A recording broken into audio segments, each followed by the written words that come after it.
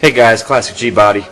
So I'm working on the 97 Cavalier out here in the garage, and I got the water pump back in place, and I'm going to show you exactly what it looks like now that it's all back together. Finally making some headway here, so kind of happy about that. But it's been a kind of a long time coming, just because I've been struggling to find some time, and this job I just dread this job every day because it's difficult. This car's been fighting me the entire way. So anyone who decides to replace the water pump and timing chain on a 2.4 liter, you know, I suggest you're a pretty highly skilled mechanic, just because it's just not for an amateur. I certainly don't call myself a pro, but I've been working on cars for quite some time, and it does take a lot of patience and a lot of research, actually, reading some manuals, reading some stuff online as well. So it's a fairly difficult job. I'm not too crazy about how this engine's put together.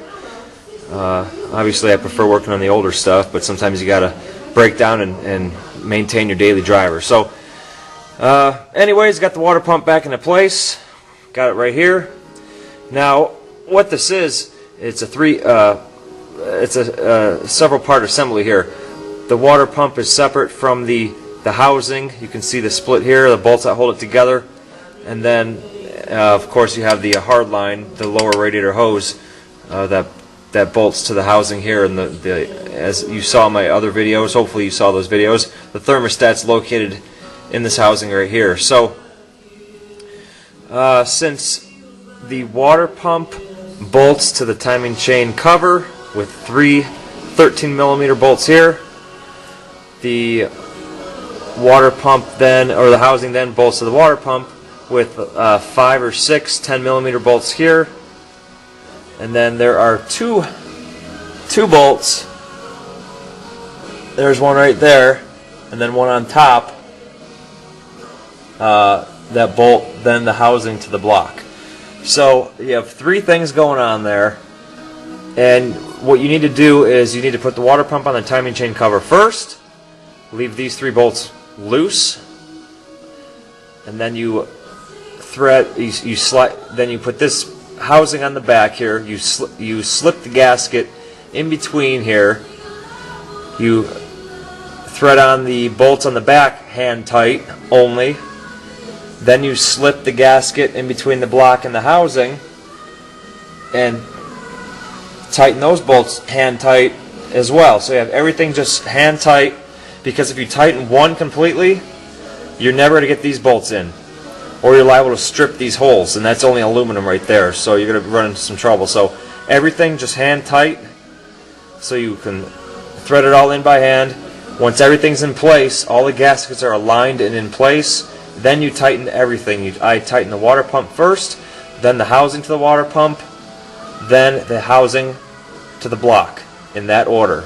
If you don't do it in that order, it's not going to line up, because you want the water pump to mate to the timing chain cover, and then you want the housing to mate to the water pump, and then there is a little bit of slack in between the housing and the block.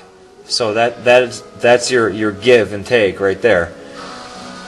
That's the procedure that I found that works. And then I went ahead and put the hose on the bottom, but I don't have it tight quite yet, because this hose then mounts to the oil pan, and I have this piece of wood in the way. So once the engine's resecured with the motor mount, I'll go ahead and get that lower hose tightened up. So while I was at it, I went ahead and replaced the knock sensor, which is located right there on the back side of the block.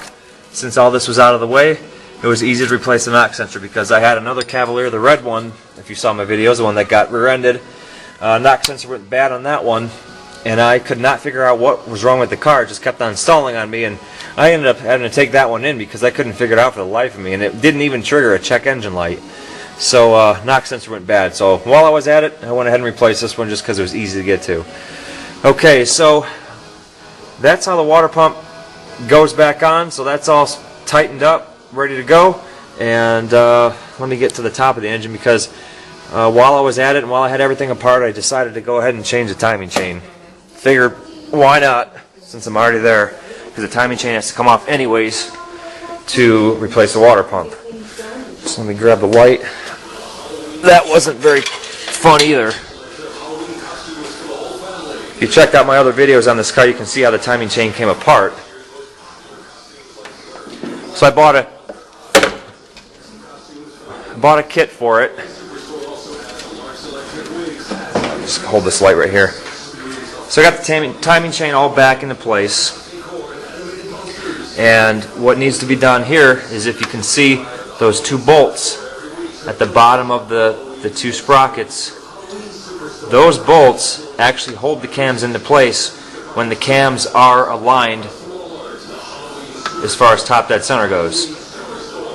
So you yank everything off, make sure before, something that I didn't do, before you pull the tensioner off, the tensioner piston, and basically do anything with the timing chain, make sure the engine's at top dead center, because if it's not, it's kind of a pain in the ass to get everything back to top dead center when the chain is not on. You have to carefully turn the cams by hand, and you have to slowly turn the crank, because you don't want the valves to hit the pistons, because they will. So just turn slowly everything by hand. Even if the valve does hit a piston, it's not going to hurt it, because it takes a whole lot of pressure to bend the valve. So just a slight turn of the camshaft by hand isn't going to hurt anything. So just make sure before you pull everything apart, go ahead and make sure everything's at top dead center, meaning that those two holes are at the bottom, and then you stick the bolts in there to hold them in place. And then the crankshaft alignment, you can see the keyway is at the 12 o'clock position. You see that dot right above the keyway, and then you see the dot in the block. So that is top dead center. So the camshafts, the bolt holes are at the bottom, so you can slip the bolts in there. The camshaft or the crankshaft keyway is at 12 o'clock position. The little hole or the dimple on the tooth of the gear has to line up with the dimple in the block. So everything is at top dead center. Once that is all at top dead center, you can slip the timing chain on. And the kit comes with the new timing chain. You can see those white pieces of plastic in there. 3 of them. Those are the timing chain guides. So I didn't replace the gears just because I didn't want to go through the hassle of pulling the gears off with the jaw puller. And the gears are in perfectly good condition. There isn't any wear whatsoever on them. So I just left the gears on there. New chain, new guides, and here's the tensioner shoe right here, which the kit comes with. That's the old one, and the shoe goes on right there. So let me walk over to the workbench and I'll show you what the shoe looks like, and as well as the piston, which is the tensioner. It's a spring-loaded piston tensioner. So here's the shoe. It almost looks like a small brake shoe, maybe from a dirt bike or something like that. So this is the shoe that pushes against the timing chain itself. Now this piston tensioner is tricky. This is so important, and they give you several instructions on how to set it. So definitely read the instructions. You can research it online. You can research it in the book as well. Got the old manual right here, because sometimes you got to do some research and figure out how things go back together. You got to read the book. So it even says on the original, see manual to reset. So this is what the tensioner looks like when it's fully extended. So when you take it off, it basically pops out into this position. The new one is preset. And in order to set these, see what this is I thought this was the whole piston, but in reality, you dump it out, there's the housing. It just falls right out of there. This is what the piston looks like. Slips in there like that. So that sleeve sticks out of there a little bit, and then you have to compress the piston down into that position. It's almost like a ratcheting piston. And in order to do that, it tells you to insert the piston into the housing, which I just did. Go ahead and turn it completely upside down like this, and then you go ahead and depress it down flush. And it's pretty hard to do. There. You heard it ratchet down until it's flush, it says, with the body. Now if you see that, that is actually incorrect. You see that gap right there? It's too big, is what they're claiming. They said that the piston should be flush, and at maximum it should be sticking out of the sleeve 700 what is that, 70 thousandths. So I'm going to try to push this down one more time. There, it just popped. So that is completely depressed, and it matches the new one.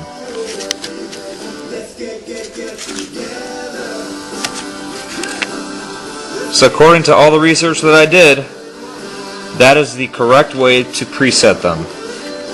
And once you stick the piston back in there, you're supposed to take a screwdriver blade and just pop that, just give it some pressure, and it'll pop back out. And I'm a little concerned about that because in order to release this thing, I actually had to tap it with a hammer. So I don't know how I'm going to release this thing once it's in the car. I think that's going to be a real hassle. So we'll see how that goes. So next video, I'll go ahead and have this installed and hopefully popped out into its proper position. And this is so important, and I'm just very concerned that it is preloaded the correct distance, and if it's not, that timing chain will not have the proper tension, and you know what will happen after that. The valves with the pistons, and that's the end of it. So a little bit concerned, so we'll see how it goes. I'm going to do a little bit more research, but according to everything that I read, that's what it should look like when it is preset. Alright guys, thanks for watching. Sorry if the video was boring, but hey, sometimes you got to do the old how-to videos. Alright, see ya. Alright, the timing chain tensioner is in place. What I did was I mounted it and finger tightened the bolts. You certainly don't want to tighten it because you got to get this tensioner shoe in here, and if you have it tight, you won't be able to get that shoe in there. So you need to give yourself a little bit of play in there. Go ahead and put it on, finger tight, stick the shoe in there, and tighten down the bolts. I believe it says 18 inch-pounds. And once that was tightened down, I took a flat blade screwdriver and basically stuck it in between the shoe and the piston and flicked it a few times until the piston popped. It pops into place, everything's tight. I got the old one right here. Again, this is what it looks like when it's preloaded. It's all ready to go, and that's what it looks like when it's popped. And everything is extremely tight. There's no slop or play in there, and that's exactly what you want. So what I did was I rotated the whole assembly 4 or 5 times to make sure everything ran smoothly. I made sure the timing marks aligned back up when it went around a few times, and I also made sure, since the timing is correct, the valves are not hitting the pistons. So the whole assembly rotates. I rotated about 4 or 5 times, and looks like I'm ready to put the timing chain cover back on. So hopefully it works out. That's how you do it.